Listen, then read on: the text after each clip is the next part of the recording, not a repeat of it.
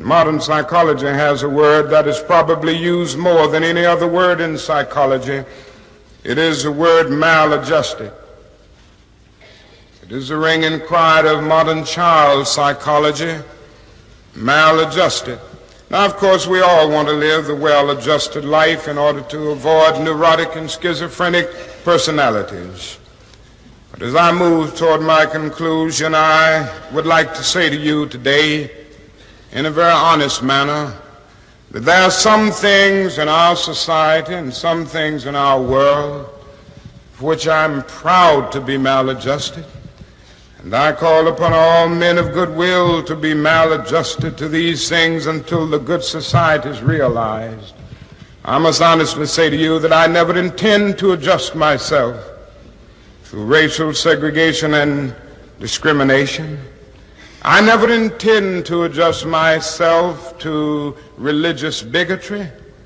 I never intend to adjust myself to economic conditions that will take necessities from the many to give luxuries to the few and leave millions of God's children smothering in an airtight cage of poverty in the midst of an affluent society. Most of us do some of the things that I've listed in my book, and I do say that it is not because of generalizations that we are all victimized by some of the negative patterns of behavior in the book, but the book just represents our collective contribution. This is some of everything that we have done or that we do daily that contributes to the breakup of our relationship, the destruction of our man, and the failure of our children to be able to function. They did not tell us that all of that, being my own person and I'm independent, would lead to separation, loneliness, celibacy, and lesbianism. They didn't tell us that if you give up the man, you're going to take one of these things and it's worse and it will destroy your nation. They didn't give us that information. They made us think that it was some kind of glorified position to brag about the fact that I got my own job, my own credit card, my own car, so I don't need no man. I don't even know how we got that mixed up. Ain't none of that got nothing to do with being with no man.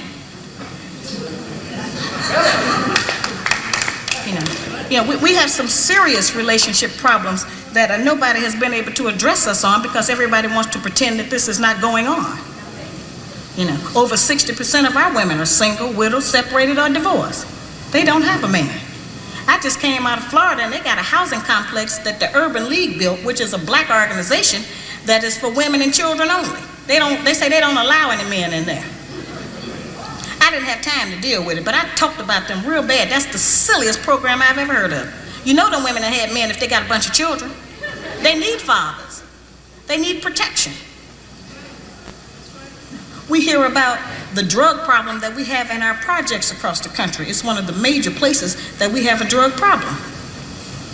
We talk about the great strength that we have as black women. Well, the welfare department don't rent government apartments to single black men. Those apartments belong to black women who are allowing this to go on in their home. We have not looked at what part of the responsibility do we share. Yes, black men sell a lot of drugs, and a lot of us black women get the money from them drugs and buy some of these fancy clothes we wear. Drive around in some of these fancy cars. He is not doing these things alone and without support from us, whether they are good or bad. See, we have a lot of power. We are very strong women. I'm saying that we're using our strength in the wrong direction. We're using it to tear our man down, tear our nation down instead of building it up. Having an education and a job does not necessarily mean you have a successful life. I keep telling black women that to raise a child, they say, well, I provided with food, clothing, and shelter. That's not raising a child, that's maintaining one. To raise a child, you need a parental coalition of a man and a woman. We have sons who, by not having a father in the home, they don't know how to respect women. They take on the black female emotionalism. They're doubtful, they're indecisive, they can't make a decision. They don't know what to do about being a man because we can't teach them that. We don't have that knowledge. We have daughters who grow up in a home where they don't see any affection, where there's no man there. They go out into the world and try to mate. They don't have no idea how to be no woman to no man. How to function in a house with a man, because they haven't seen it. Most of our children, just like us, get all the information we have about how you be with a mate off television. It's the only medium that shows us anybody being together. Those rules have not worked for us. The white woman's liberation movement, we don't have anything to do with that. We have not been under the control of the black man for over 500 years, so what do we have to get liberated from them from? They haven't been our boss. That's the white woman and her man. They're going through that, and that's their business. We don't have any business being in that. They only introduced it to break down the civil rights movement. Civil rights movement started with the black man, the black woman, and the black child standing together, trying to plead for freedom, justice, and equality, and more benefits in the country that they had to have built. They threw the white woman in there with the women's liberation movement and made it a woman against man thing. That created a big separation between black men and black women, because then everybody started going for self. Then they bring the welfare system in and tell us in order to feed and clothe and house our children, we have to give up our man. You have to put the man out of the house. When the white farm wife goes to the government for subsidy for the farm, they don't tell her to get rid of the farmer, they keep that family together. But in the black community, they make it a requirement, because they want to keep endorsing into the black community that the black man is no good, and that he is not deserving of respect, he is not deserving of us letting him give us any protection or instruction, and that we are better than them. We have some serious relationship problems that nobody has been able to address us on, because everybody wants to pretend that this is not going on. Over 60% of our women are single, widowed, separated, or divorced. They don't have a man. I know, all the black women, hold on to your seats right now. All the black women, hold on, take a breath. I have nothing against black American women, but I'm very aware about how these black women are, okay? And I'll have the french fries, I mean the fruit cup. French fries, french fries, french fries. 70% of African American women are single. 70% of African American women are single.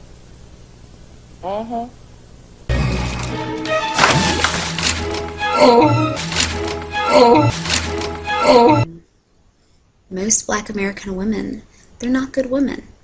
They're not eligible women. Most of them, they don't know how to speak proper English. Slang, we don't talk proper English at all. Well, a Chicago teacher is targeting bad grammar. But his emphasis on targeting African Americans is causing a backlash. Some might be offended by his mission, but as our Mark Saxemeyer tells us, this educator argues speaking correctly isn't about selling out. In his special report, he says it's about gaining clout. Ask or ask. Woo! I need all of you right now on the count of three to say ask. On three. 1, 2, 3. Ask. Very good. At the end, the S sound comes in the middle. But what do people say? Ax. Yes. I say that. All right. But you know now. But can ax really be wrong? They hear it all the time. He asked me what could he do. A month before he asked to ring back. I don't know how to say act. Yes, you can. Say as. As. The black community is losing countless children. Parents aren't correcting children. Teachers who are supposed to teach aren't correcting children. I've got a serious problem with that. How can a person call him or herself a professional educator if you're not willing to correct a person's grammar? Teach me, not learn me. It's not tests, it's tests. No such word as quit it. You quit.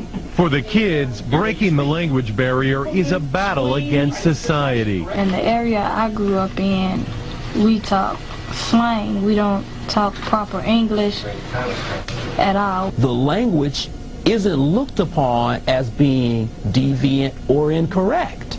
So why should I correct a child that says ambulance or sack? I know, all the black women, hold on to your seats right now. They're extremely rude. They're very loud. And they're just not eligible women. My position is that the black woman's disrespect and rebellion against the leadership and the authority of the black man is a direct cause of the breakdown in our black family structure. Now, of course, there are many black people who consider those fighting words, because as black women, we have never been subject to the kind of examination that our men have been subject to since we have been here. We have been somewhat protected and shielded from any kind of critiquing about our personal behavior, whereas our men have always been up for examination. Fuck, I want to say fucking public. That's fine. That's fine. That's fine. You need to back up out my face. You need to back up out my face. You need to back up out my face. Fuck out of here, bitch. Fuck out of here. I don't give a fuck about her or her fucking shit. I'm waiting for my fucking food. Period. What are you gonna do? What are you gonna do? So what? How about I get my order? How about I get my fucking order? How about I get my order? Period. I paid for something, I want my food. Period. Can you take it there a little bit so outside? I'm not going anywhere until I get my food. I paid for food, I want my food. Get my food quick. Period. Get my food. Period. Talk about no fucking white lady or fucking kid. You know you need to stop. You need to shut the fuck up and mind you need to shut up. And you need to get respect and mind you need to get some respect. I don't give a fuck. Already know I don't give a fuck. I don't give a fuck. I don't give a fuck. I have a kid. I don't give a fuck. I don't give a fuck about what you're saying. I don't care about what none of y'all saying. I'm standing here waiting for my food.